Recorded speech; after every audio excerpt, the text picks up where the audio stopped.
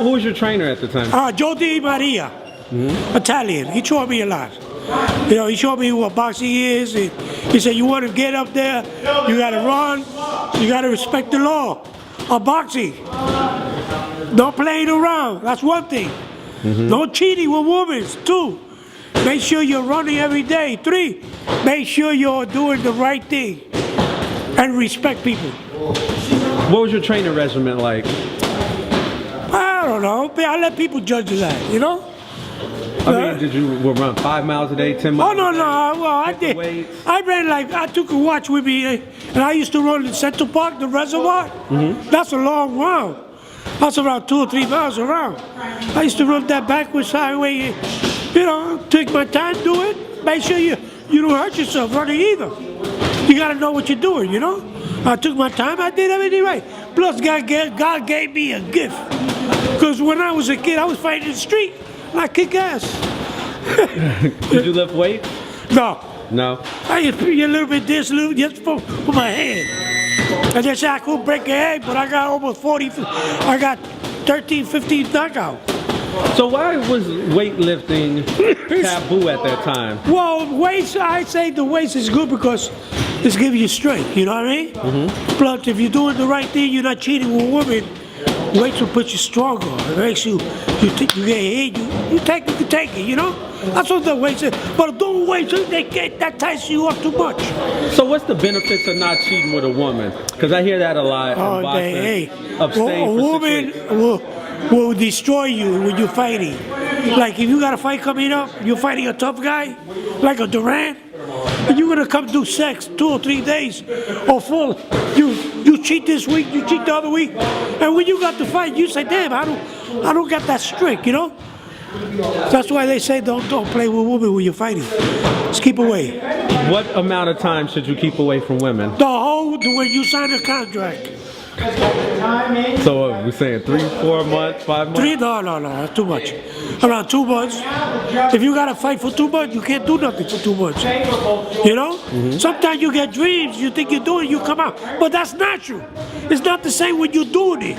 See, when you're doing it, your body, you're forcing your body, so it comes out more. But when you're not doing nothing, it's a big difference. See, a lot of people don't know that.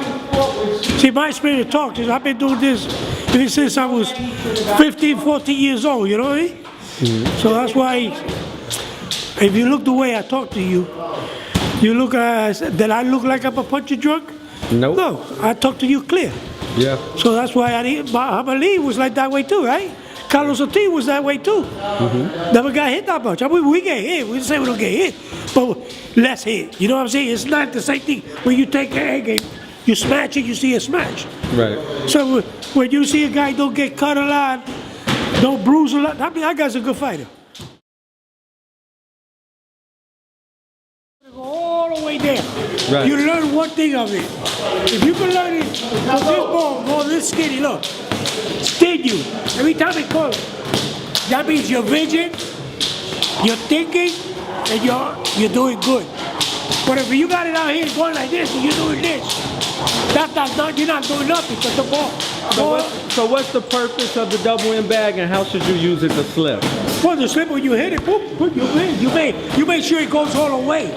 But make sure like if it hits you, that means you got hit, right? Right. If you go like this, that means your timing is good.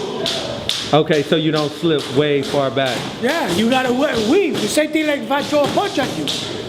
You gotta know how to weave it, because if you're gonna stay there, you're gonna get hit. What about with punching? How can you use it to help? Punch is to let your hand go, it's the reflex, everything, you know. The reflex. So everything is reflex.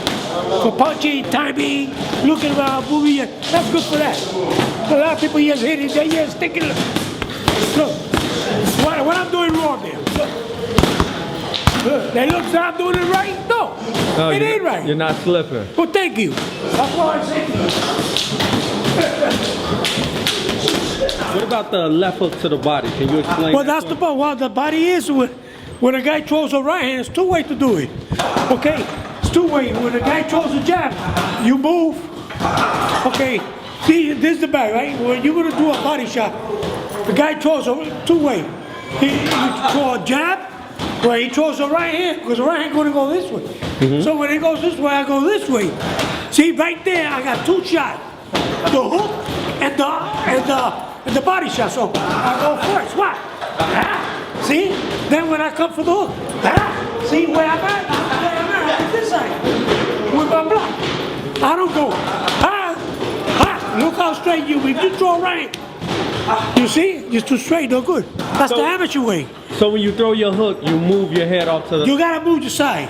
See, that a lot of people don't do. They do this. Now you can see I was too straight, right? Right. Now when you the right way, then I look the same way. Not the first. No, you moved your head. Okay, so there's a defense behind that. So you used to incorporate defense in your punching.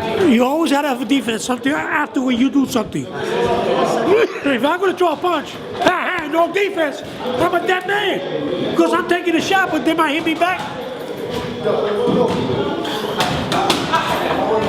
What about the right hand, the straight right? Right hand, there's a lot of angle to it, you know what I'm saying? See, you got a straight right hand. They got a right hand on the top. They got a right hand like a hook. So it's different way. It's the way you think it's good. You gotta see the certain moment to hit me with a right hand. If it's a straight one, if it's a round one, if it's an over one. What's the defense that's built into the punch of the right hand? A defense is, like I said, you always gotta watch his right hand. Where he throws the right hand, you gotta always throw yourself sideways. So after you throw the right hand, you move your head off to the left side? Yeah, you move to your lefty. So when I go like this, so I got two shots, body shot or no. What about when you throw the right hand? Well, when I the same thing, I throw a right hand, I lean over, see? If I throw a right hand like this, see, I can get hit, see? Right. But if I throw a right hand this way, so what I'm doing, see, I'm already built for one thing, body shot or hook. And put me in the position when I'm doing it. Importance of timing in boxing. How important is timing in boxing? Timing means a lot. I don't care what you are, who you are, how fat you are, how skinny. Timing means a lot. Slipping, special slipping timing means a lot. Timing means a lot. You don't got good timing, you don't hit nobody. Okay? That's why I had a good jab. When I used to be like this, all of a sudden you used to drop your head. I used to look like fake at you, all of a sudden you went like, beep, and I came out with the jab. See, come over here, I'll show you.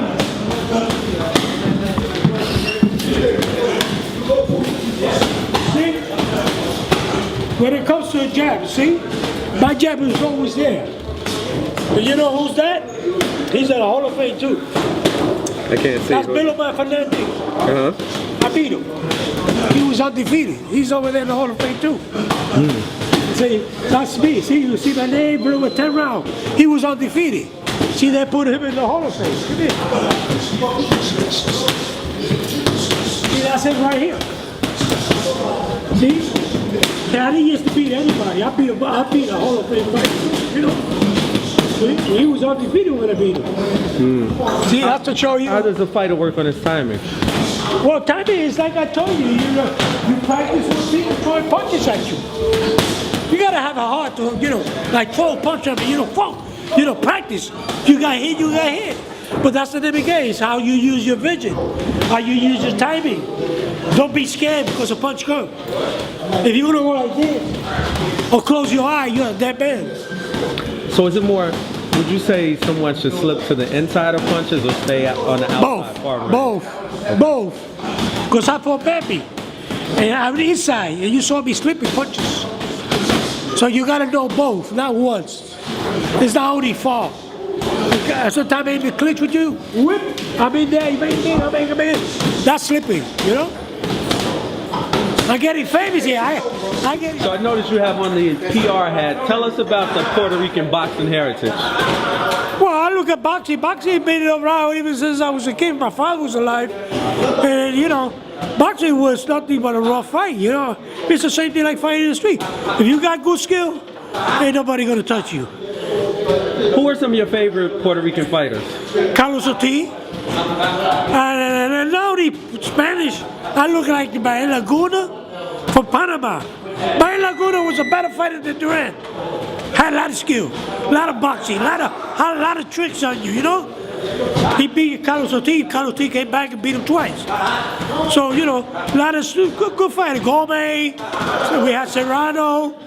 We had a few good fighters. And we got a small island, too. What do you think about Cotto and Trinidad? Well, I like them more Trinidad than Cotto.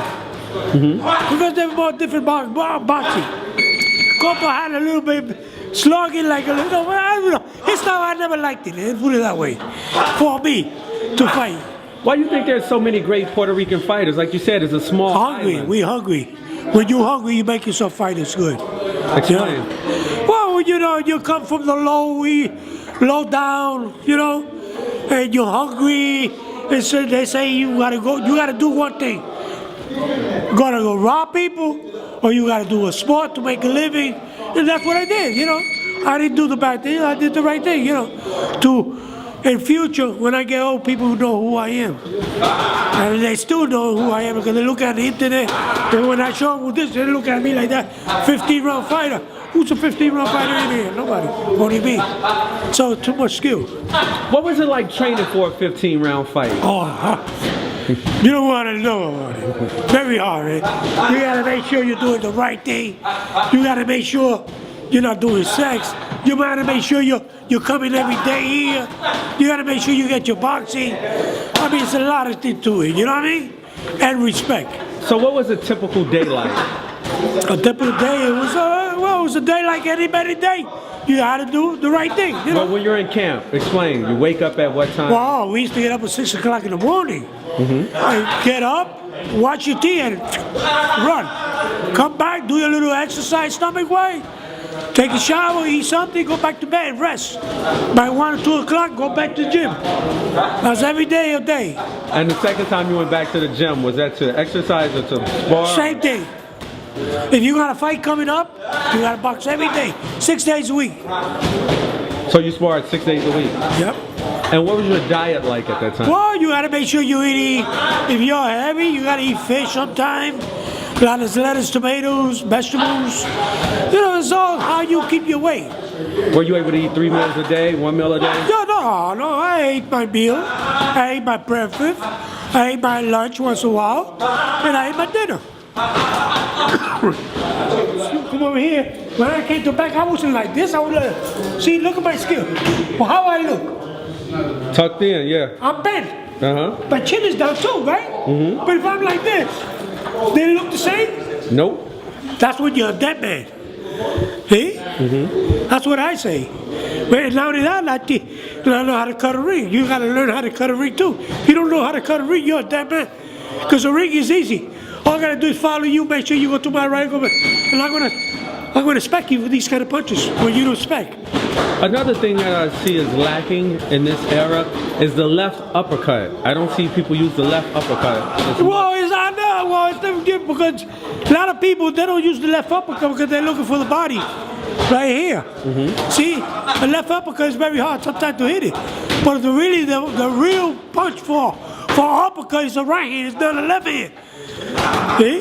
Can you show us the uppercut? Left uppercut? Left uppercut, okay. Left uppercut is this is the body shot. See, that's not a body shot. That's a body shot. Right. But when it comes to an uppercut, then you gotta go like this. You know? Well, so I don't believe in a left uppercut. I mean, you can do it, you get away with it, but I believe in left uppercut. You defend yourself. What? See? And I'm defending myself at the same time I'm doing an uppercut. So the right uppercut? Yeah, it's a right uppercut. I believe the uppercut is always a right hand. He's a killer. Who's like a Tyson?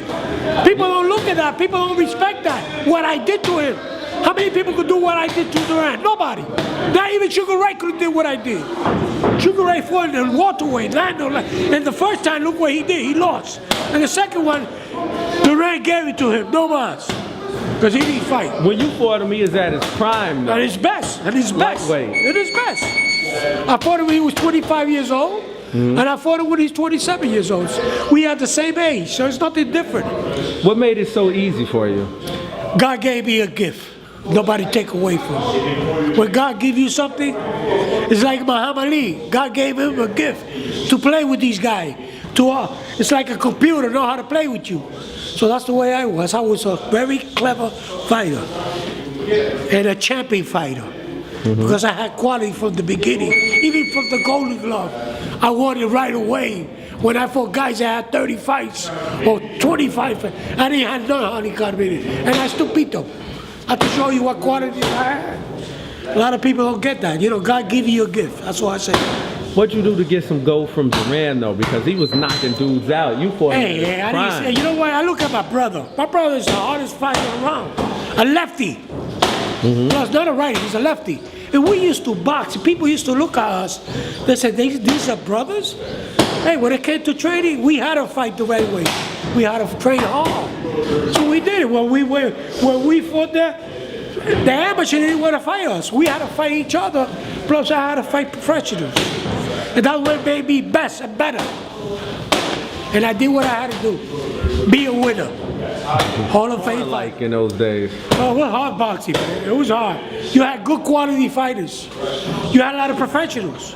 Because most of the time I fought professionals, not amateurs. When you were in the amateurs, you sparred with I was a lot sparring of professionals.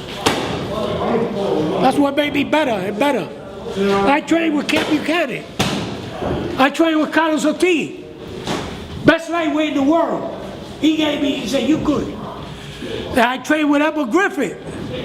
You trained with Emil Griffin? Yeah, see, a lot of people don't realize what I did in my career. What was it like sparring Emil Griffin? It was good because it was something different, you know? Plus, he's a middleweight. I was a lightweight. And I used to go around. I used to let him come to me. He was coming. He said, you know, for a lightweight, you're not a bad fighter. He gave me advice, too. He said, I was not a bad fighter. So that gave me more endurance, more courage, and I felt good. What was Emil like? He was a good people. Even so, the way he was, who he was, I respect him, you know? A good man, good respectable, and a man who gave you good advice when you came to fight. Did he hit hard? Oh yeah, he had a power. He could hit you, knock you out. He was like more or less my style. If he knocks you out, he knocks you out. He goes to the decision, because he was a boxer too. Yeah. He was not only a slugger, he was a boxer too. So he mixed it up. What do you think was his strong point? His boxing skill? Oh, his boxing skill. Or his power? His boxing skill. He had skill. Power he had. It was baller power. He had skill. Skill is what makes fighters. Always remember that. It's not what you strong you are. Skill is what makes fighters. What's the most important skill a fighter must have? Good left hand, a good movement, good leg wise, and good shape. So a good jab. And a good jab. You gotta have a jab. Is that what you mean when you say left hand or? Yeah, left hand is a jab. Okay. You gotta have a good left hand, a good jab, a good movement around, good leg wise. And then you got everything. One time you got that, you got everything. So tell me about your two matchups with the Roberto Duran. Man, I always tell people think when they hear Duran, oh, Duran knocking. But when I told them about me, he said, who are you? He said, well, I'm the only guy who went 25 rounds. They look at me, they laugh, you know? So when they look at you two, they come to me and say, hey, you are a hell of a fighter. I was like Muhammad Ali, Carlos Ortiz, the best fighters in the world. I picked up a lot of shit of them fighters, you know? And I learned the technique. I don't know what losses in the amateur because I never lost. I'm a two-time Golden Glove champion. After that, my manager wanted to turn me a Golden Glove again. I said, no, I went pro. I turned pro. The first fight I beat, and I retired him, and then robbed me. Sammy Goss from Philadelphia. He was the toughest junior lightweight at that time from Philadelphia. And they put him into me, I retired him. He never wanted to fight me. Then after that, I started making a name after that. And then when I fought Durant the first time, oh, they say, hey, this kid can fight. So that's why I broke a record. I'm the only one in the lightweight division with 25 rounds with him and made him look bad. And people say I won the fight. But you know, how things are going at that time when Doug King was around. I don't know, he never beat me. I don't know what losses is in real life. What was it like fighting Duran? Well, Yeah, for me, it was like another bro, you know. I look at Durant like my brother. My brother was a tough fighter. I mean, a rough fighter. And not only a rough, he was a lefty. You know, lefty are hard to fight. And I knew how to fight. I fought every lefty and never lost a fight. I don't know what losses is, you know, in my career. When you fought Durant, what was special about him? Was he as aggressive? Oh, he was tough. He was rough. He had a good right hand. That's the only thing he had. But a skill, he didn't have that much. No? You know, I didn't see he had skill. He had rough. Anybody could be a rough guy. A girl could be a rough, just attacking you, scratching you. Not to show you. See, to be a tough guy inside, you gotta have at least a little skill, you know what I mean? And I don't think he had that skill there. He only was a rough fighter, you know? I look at Tyson. Tyson had a little bit of skill, not that much, but he went there and he did, and look what he did. That's why his skill, they never taught him how to box. See, when you never box, and you box, you're not guys. One day you're going to be the guy, tough, rough, and skilled. And those are the guys you got to look out for. And those are the ones that can beat you up.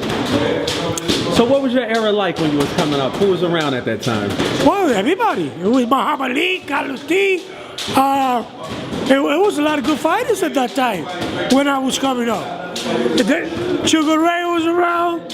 When I was around. You had Benito around. You had a lot of fighters. You had the lightweight division. Did you spar with any of those guys? I sparred with Carlos Ortiz. Yeah. Oh, he told me he would never box with me again. He told me, you know one thing about him? He was my idol. He told me, you know, I think you're a good fighter. Yeah, I won't box with you no more. You know, for your age, you're a young kid. I'm going my way out. But even so, he's going his way out. He got skill, you know? But when I show him what kind of fighter you are, he said, you good. How do you compare that era to this era today? Oh, different. It's different. Today, everything's showboat, you know? A lot of, they want to build you up with a lot of names and all that. But then, it's like Mayweather. You know, I don't want to criticize him or nothing, but Mayweather's the type of fighter. It wasn't like me. They say, Edwin, you got to fight Durant. Oh, you got to fight Esteban de Jesus. You know what I mean? He's a guy. No, everyone was taking his fighting. He's still doing it, if you look at it. So, he's lucky he went that far, broke a record. If he would have been around when I was around, he would have fought Tommy Hearn. You know, he was at that weight. You know, 54, 47. They were rough fighters there at that time.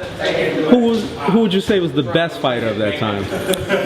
I look at Muhammad Ali. I love his style. And I did what he did.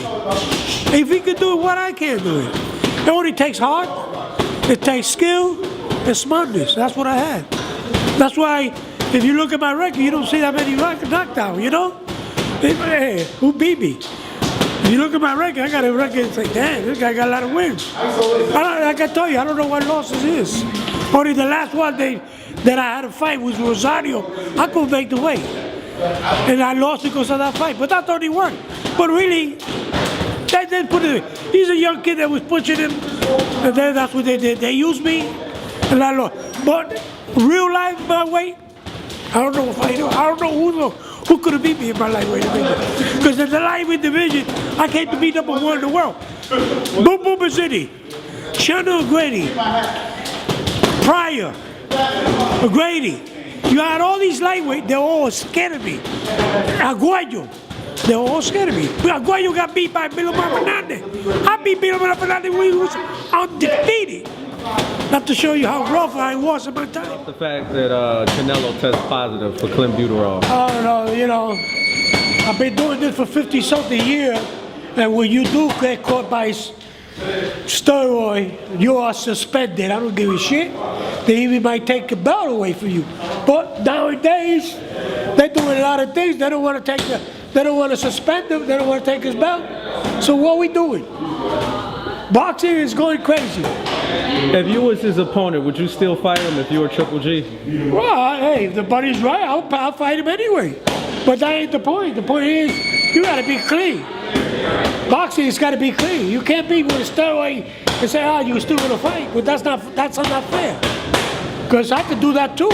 Then all of a sudden I still fighting, I mean I still got steroids. If I beat you, they're gonna come with excuse. Oh, you had steroids and all that. From the beginning, you shouldn't fight. That's the way I look at it. Besides the obvious strength and speed advantage, do you think steroid gives a fighter advantage? I don't know. I never did it myself. I cannot tell you what it gives. You know what I'm saying? I was a clean fighter all my fights. Never put no steroids. The only vitamins I had in my body was vitamin B12. B12? B12, liquid. How does that help? It helped me. To be strength. I was strong all the time I fight. Took a punch, because that's the best vitamin it is. I ain't look at it. Like pills, it's longer. And liquid is faster. It gives you more strength. Plus, you're taking care of yourself. It's all the way you take care of your body too, you know? It's not only this and that, but you know, it's part of what you do in your career. You gotta respect the law. It's like you get married. Don't play dirty to your wife, because your wife gonna play you dirty. So the thing goes with the boxing. Boxing is you make sure you're not steroid, cheating on the knee, you know what I mean? So this way you're a clean man. You fight clean, I fight clean.